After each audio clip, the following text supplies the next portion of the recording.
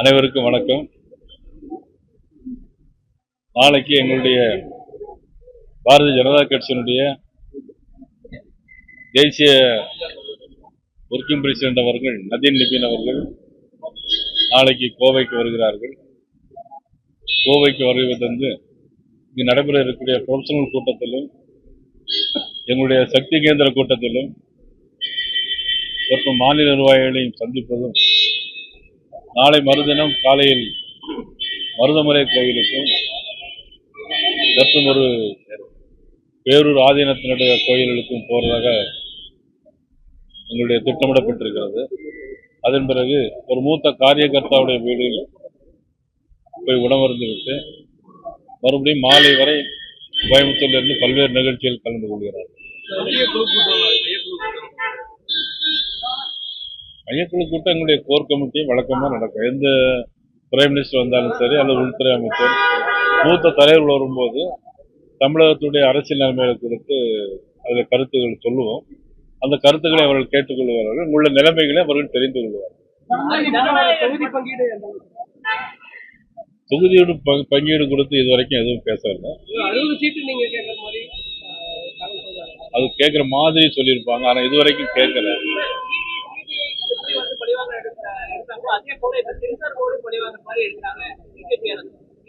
இல்ல, நீங்க தவறா கேள்வி கேட்கறீங்க. இடி ஒரு இண்டிபெண்டன்ட் தனி அமைப்பு, ஒரு ஆணை.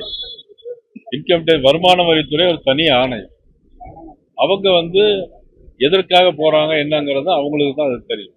இதுல பாரதிய ஜனதா கட்சி மத்திய அரசாங்கத்துக்கு எந்த விதமான தொடர்பும் கிடையாது.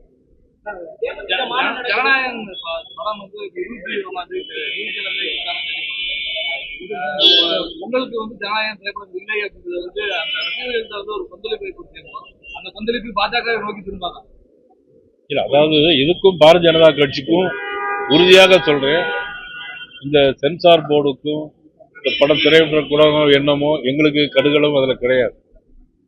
அதில் உள்ள சென்சார் போர்டு அமைப்புகள் அவங்க சில விதிமுறைகளை சொல்லியிருக்காங்க. ராணுவத்தினுடைய நம்மளுடைய ராணுவத்தையே மாறி இதெல்லாம் இருக்கக்கூடாது அப்படிங்கிறது சில அமைப்புகள் படத்துல சில விதிகளை தான், சில காட்சிகளை காட்டலாம், சில காட்சிகளை காட்டக்கூடாது அப்படிங்கிறதுலாம் இருக்கு.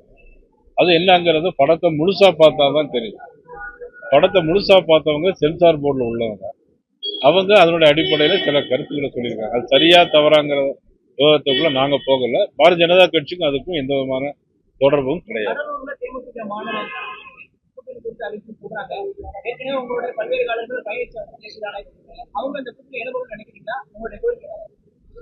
கூட்டணி வர வேண்டும் என்று நினைக்கிறோம். முடிவு அவங்களுடைய கையில.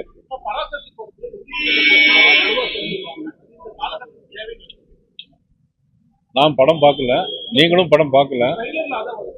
ட்ரெய்லர்ல போடுறது நம்ம உறுதியாக சொல்ல முடியாது. இருந்தாலும் இப்போ உள்ள காலகட்டங்கள்ல மக்கள் எல்லா மொழியும் படிக்கிறதுக்கு ஆர்வமா தான் இருக்கிறாங்க.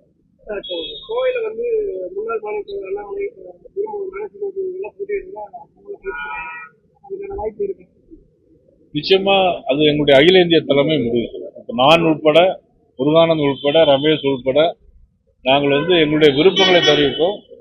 அதில் போட்டியிட வேண்டும் என்பது நினைப்பது அகில இந்திய தலைமை அதனுடைய முடிவு.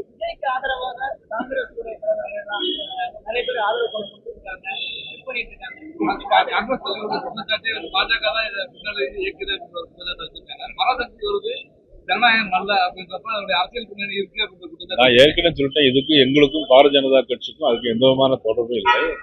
காங்கிரஸ் கட்சியான விஜய் பக்கம் போயிட்டு இருக்காங்க அப்படிங்கறத நீங்க உங்களுடைய வார்த்தையில எங்களுக்கு தெரியுது. ஏற்கனவே நாங்கள் எந்தெந்த இடத்தில் போட்டியிட்டோம் என்பது கருத்து இருக்கிறது. இனிமேல் அவங்களுடைய மதிப்புக்குரிய அண்ணா திராவிட முன்னேற்ற கழக பொதுச் செயலாளர் இபிஎஸ் அவர்களை கலந்து பேசி எதா இருந்தாலும் சுமூகமான முடிவு எட்டப்படும். முதல்ல அதான் கேட்டீங்க, வந்த உடனே அதான் கேட்டீங்க. அமைச்சரவையில் பங்கேற்று முதல்ல தேர்தல் தேதி அறிவிக்கட்டும்.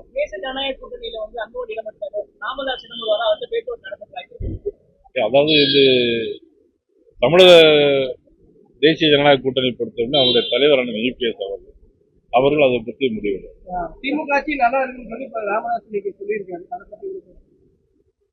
அதுல இருந்தே தெரியுது திமுக ஆட்சி எப்படிப்பட்ட ஆட்சி. 532 தேர்தல் வாக்குகளை கொடுத்தாங்க. அவ்வளவு பொய்யான வாக்குறுதிகள்.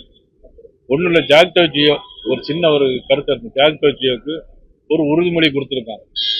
அவங்க என்ன சொன்னாங்க? ஓல்டு பென்ஷனை தரலாம் அப்படின்னா சொன்னாங்களா இல்லையா? தேர்தல் அறிக்கையில் சொன்னாங்களா இல்லையா? ஆட்சிக்கு வந்து 5 வருஷம் ஆச்சு. ஒரு ஆட்சியினுடைய ஆயுள் காலம் 5 வருஷம், அதுவும் முடிஞ்சு போச்சு. இப்போ கூப்பிட்டு பேச்சுவார்த்தை நடத்திருக்காங்க. என்ன பேச்சுவார்த்தை நடத்திருக்காங்க? ஜூன் மாசம் தருவோம் அப்படின்னு. ஜூன் மாசம் யார் ஆட்சியில் இருப்பாங்க? ஜூன் மாசம் யார் ஆட்சி? நிச்சயமா திமுக ஆட்சியில் இருக்காது. அப்ப ஜூன் மாசம் தரும் அப்படின்னு சொன்னா எவ்வளவு பொய், எவ்வளவு முழு பூசணிக்காய் சோத்துல மறைக்கிறது தானே அது. இந்த மாதிரி ஒரு பொய்ய உலகத்திலே சொல்ல முடியாத அளவுக்கு ஒரு பொய்ய சொல்லக்கூடிய ஆட்சி இந்த ஆட்சி. இந்த ஆட்சியை நம்பி நீங்க எல்லாம் கேள்வி கேட்கறீங்க. இந்த ஆட்சி நல்லா இருக்கு அவர் ராமதாஸ் சொன்னது வந்து திமுக பக்கம் சாயறாருன்னு சொல்லலாம். அது அவர்கிட்ட தான் கேட்கணும். என்னங்க? இல்ல, இப்ப வந்திருக்க முழுக்க முழுக்க ஒரு பாரதிய ஜனதா கட்சியினுடைய வேலைய தேசிய தலைவரா அங்க வந்திருக்காங்க. உங்களுடைய வேலையா வந்திருக்காங்க. தேவைப்பட்டா யாரும் வந்தாங்கன்னா பார்ப்போம்.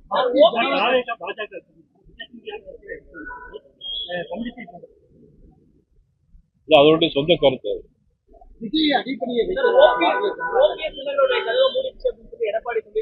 இல்ல, அதை பத்தி இல்ல, அதாவது அதிமுக தலைவர் பொதுச் செயலாளர் அண்ணன் நீக்கு அவர் கட்சியில யாரை சேர்க்கணும் சேர்க்க கூடாது என்பது அவர் தான் முடிவு செய்யும்.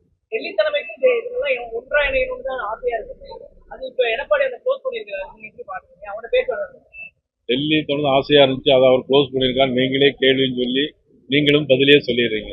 அமித்ஷா நேற்று டிடிவி சந்திச்சாருங்களா? தகவல் இல்ல, அதை பத்தி தெரியாது. நாங்க இங்க இருக்கிறோம். சந்திச்சாங்களா இல்லைன்னு விஜயை அடிப்பணிய வைக்கிறதா பாரதிய ஜனதா கட்சி. பாரதிய ஜனதா கட்சி யாரையுமே அடிப்படை வைக்க வேண்டிய அவசியம் இல்லை. அந்த மாதிரி வேலையில ஈடுபடுவதும் நிச்சயமா கிடையாது.